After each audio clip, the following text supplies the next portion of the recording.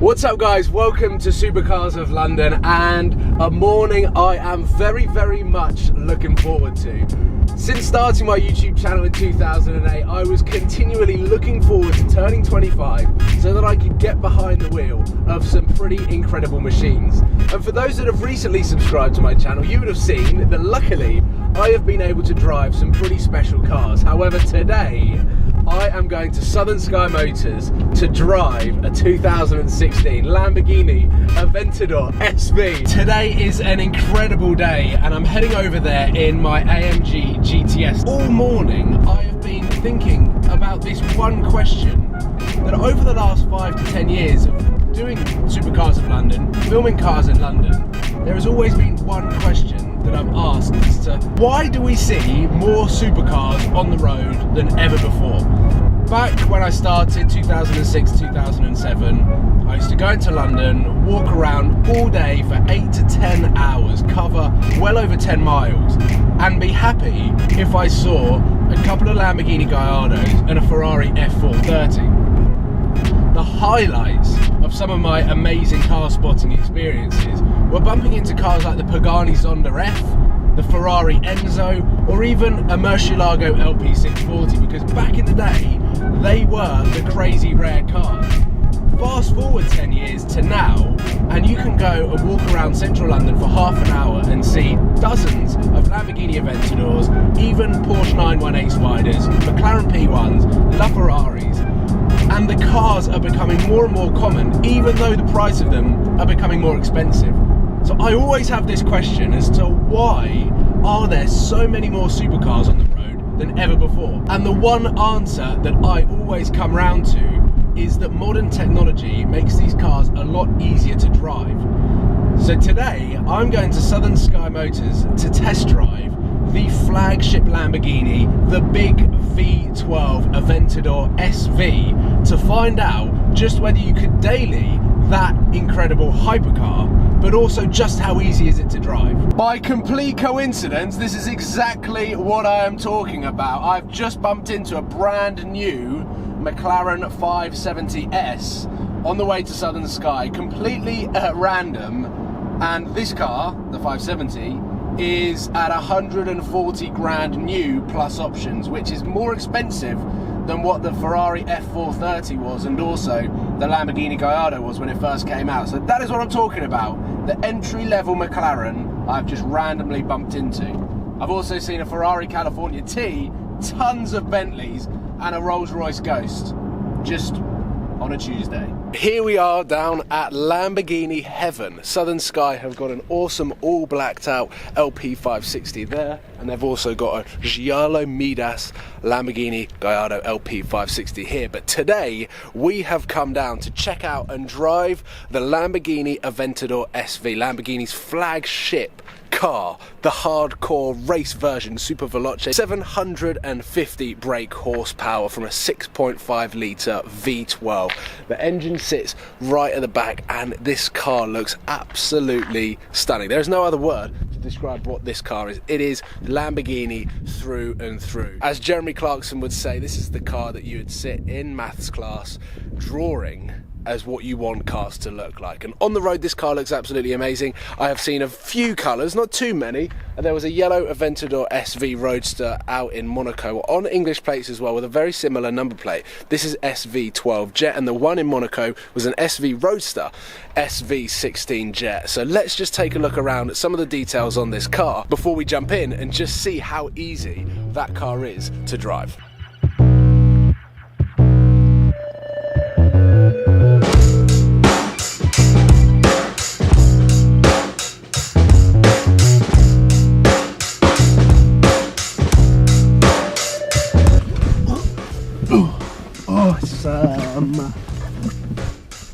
Definitely difficult. Oh, the doors are so cool. The seats feel like you're sitting on a block of cement. You do. Oh, we're back with the wonderful off-centre pedals of Lamborghini. I'm joined here with Grant. If you can see him, the GoPro has got a wide lens. So foot on the brake.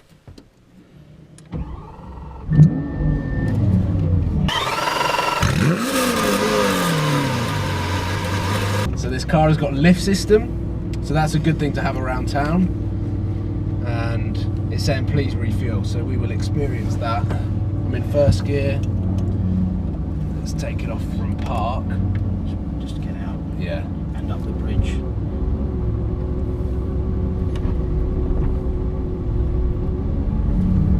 And this is ridiculous. Is that the gate? Sorry. And do you know what? The steering's incredibly light for a four-wheel drive system. The seat, however, is probably not that adjustable, is it? Not overly, no. Everything is fixed. Backrest fixed, yeah.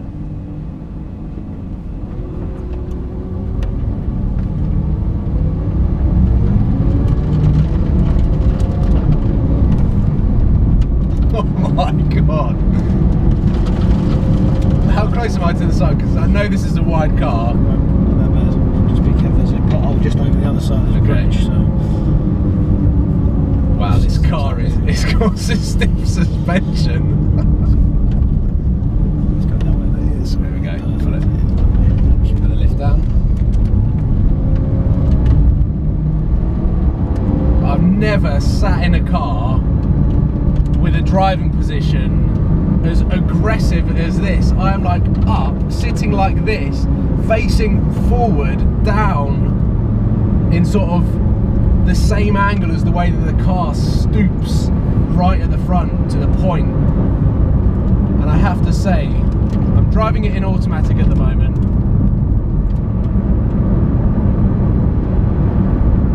And first impressions are, the steering at low speeds is incredibly light, but then as soon as I start picking up the speed, I'm doing 40 miles an hour, definitely there's some weight in it, and I'm sure the faster you go, the quicker round bends you go, the more this car adapts to the driving style.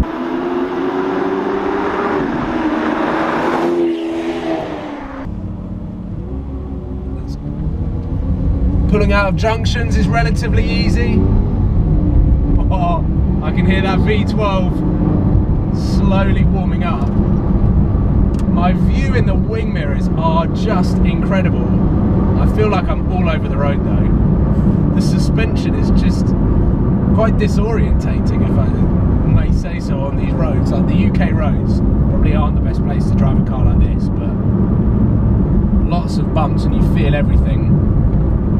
I thought the Gallardo was pretty stiff, but this is on a whole new level of race suspension.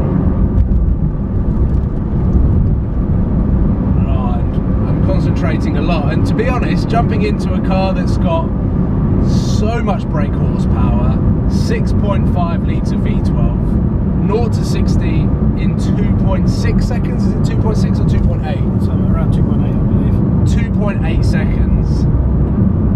Back in the day, the Murcielago was a real pig to drive. People that drove it said that it was exactly like a Diablo. If you had it in the E-gear mode as well, it was very clunky. Clutches lasted about 5,000 to 7,000 miles depending on how you drove it. Sitting in this car for 5 minutes, we've got a full Alcantara steering wheel, which is about half the size, or it feels about half the size as my AMG. It just gives you a little bit more feel, and it's a little bit more race car-y. The AMG obviously being a super GT car. You want just a chunky, comfortable steering wheel. The Alcantara is very, very nice material. I've got all sorts of different buttons on here. We're driving it in Strada, which means street mode. So this is the comfiest setting, right? Sport mode, you can get the exhaust hopefully now.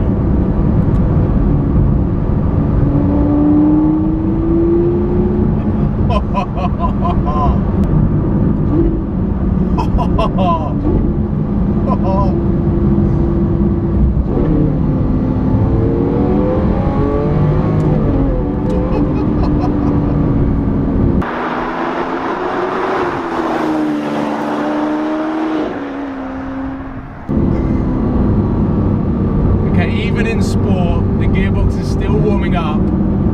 You can still feel that it's a single clutch gearbox, but that is not a bad thing in a car that just commands so much drama and noise.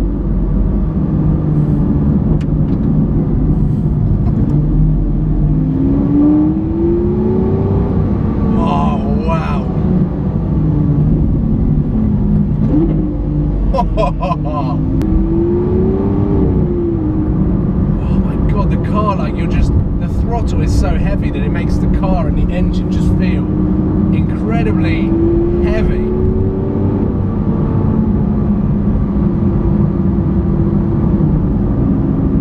But if we're going to be talking about just how easy is this car to drive, or how potentially easy this car is to live with, yes, the seats are pretty unforgiving and have no padding or comfort whatsoever. What are you going to expect from the race version of the Lamborghini flagship car? The wing mirrors are so big that you get an incredible view, that you can see pretty much everything that you want to see. The blind spots basically aren't as bad as they were in the Gallardo.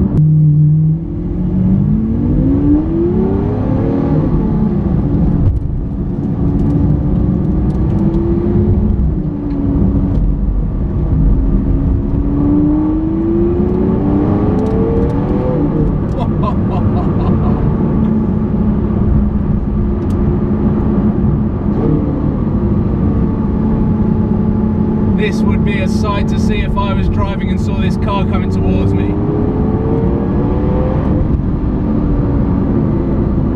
Just feels so planted.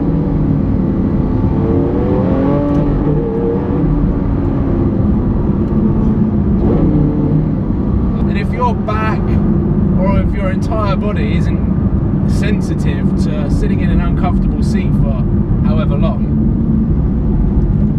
no denying that this car is actually quite easy to drive, and it's not as difficult as I was expecting. The way that I'm sitting, the driver position, sitting right over the front wheels, I know I've got a massive V12 in the back and probably 2/3 of the car behind me as well, but it doesn't seem to make a difference at all. The throttle pedal makes the power delivery so easy to manage. It's so heavy that any percent...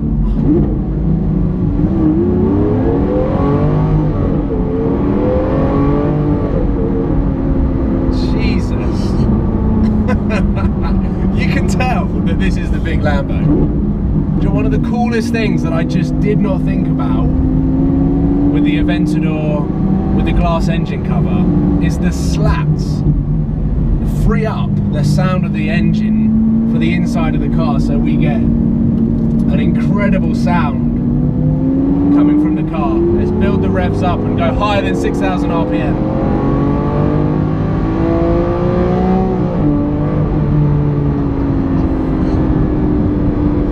There is something about naturally aspirated V12s.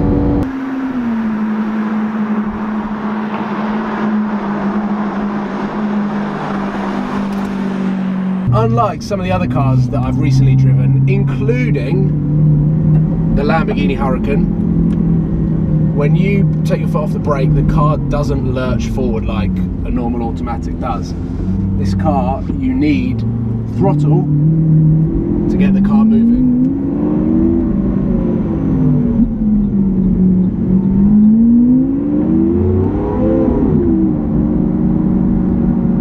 The steering stiffens up pretty damn quickly. I bet this car on a racetrack is an absolute animal.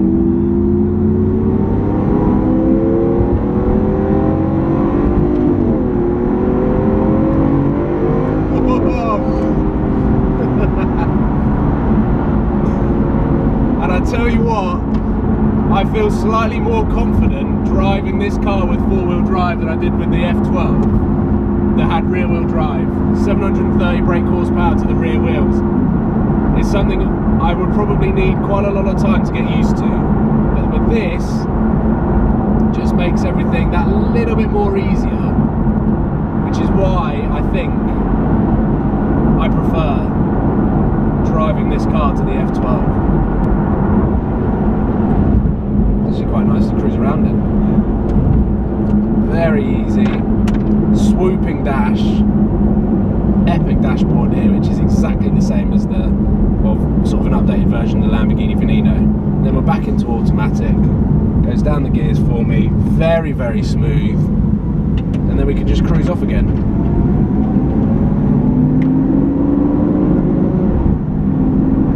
Much smoother than previous Lambos. I probably wouldn't say it's as smooth as the Huracan, because of course that's got the double clutch gearbox. The Aventador is yet, and probably won't, get a double clutch gearbox because the Aventador chassis just can't fit. With the V12 engine, the double clutch gearbox is too big to fit onto the Aventador chassis. What a car. I know I've just been sort of having a massive smile on my face. What do you expect of driving an Aventador SV?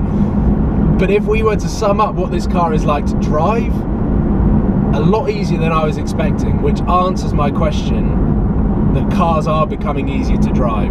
I would love to imagine testing this car back to back with a Diablo SV. We could have really got an idea of just how cars have come on in the last 10 to 15 years, because I don't know what I'm indicating there.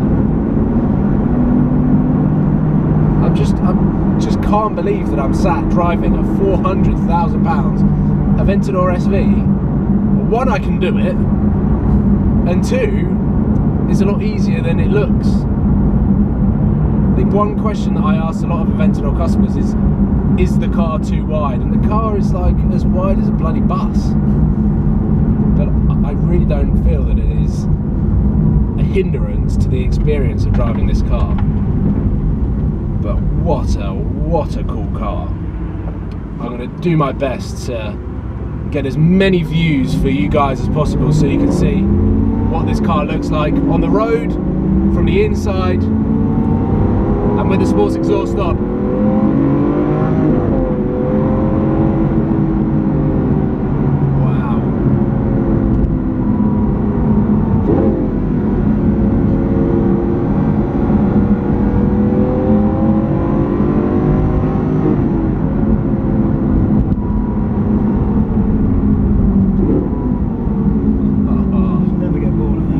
Never get bored.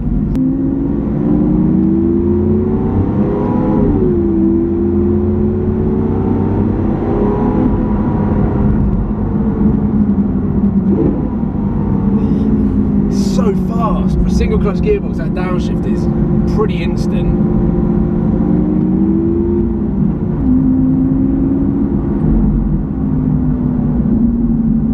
Wow, well, I just would like to say a huge thank you to Grant and Southern Sky for allowing me to come down and drive their most expensive car that you've had for sale ever? Yeah, I think so. Ever. So that is pretty crazy, and I think I've answered the question as well. How easy is the Aventador SV to drive, or in general, how easy are these high-performance supercars and hypercars becoming to drive? Surprisingly easy. I don't have that much experience driving cars, and probably not what Grant wants to hear, but it's true, like out of all of the other reviewers out there, or a lot of other car YouTubers, driven cars for years, and I'm sat here just sort of pinching myself that I'm driving this car not even a year after turning 25. So this is an amazing dream come true for me, and hopefully you guys have enjoyed this video. Let's head back to Southern Sky Motors to round up what an epic day this has been, and also hopefully summarise just how easy some of the most expensive and fastest supercars in the world are to drive. Well, holy crap, that was an experience I will never forget. Driving a Lamborghini Aventador SV. Huge thank you to Southern Sky Motors, and I just want to say that that car, even though it is a V12 brute, it's relatively easy to drive. The steering wheel just makes it feel a lot more manageable, as does the throttle response. The gearbox, of course, being single clutch, isn't exactly the same as a double clutch. I always say that double clutch is just far more superior when it comes to smoothness and speed, but the single clutch just gives it that Lamborghini feel, which I felt that the Huracan was missing when I drove it, and also being in the passenger as well. So what an epic day, what an epic day, and hopefully you guys have enjoyed this video. So please give it a thumbs up for the Lamborghini Aventador SV, subscribe if you haven't already, and I look forward to seeing you very soon for when I hopefully can get behind the wheel of some other cool stuff, because this day I just don't know what happened. Thanks for watching, guys. Take care.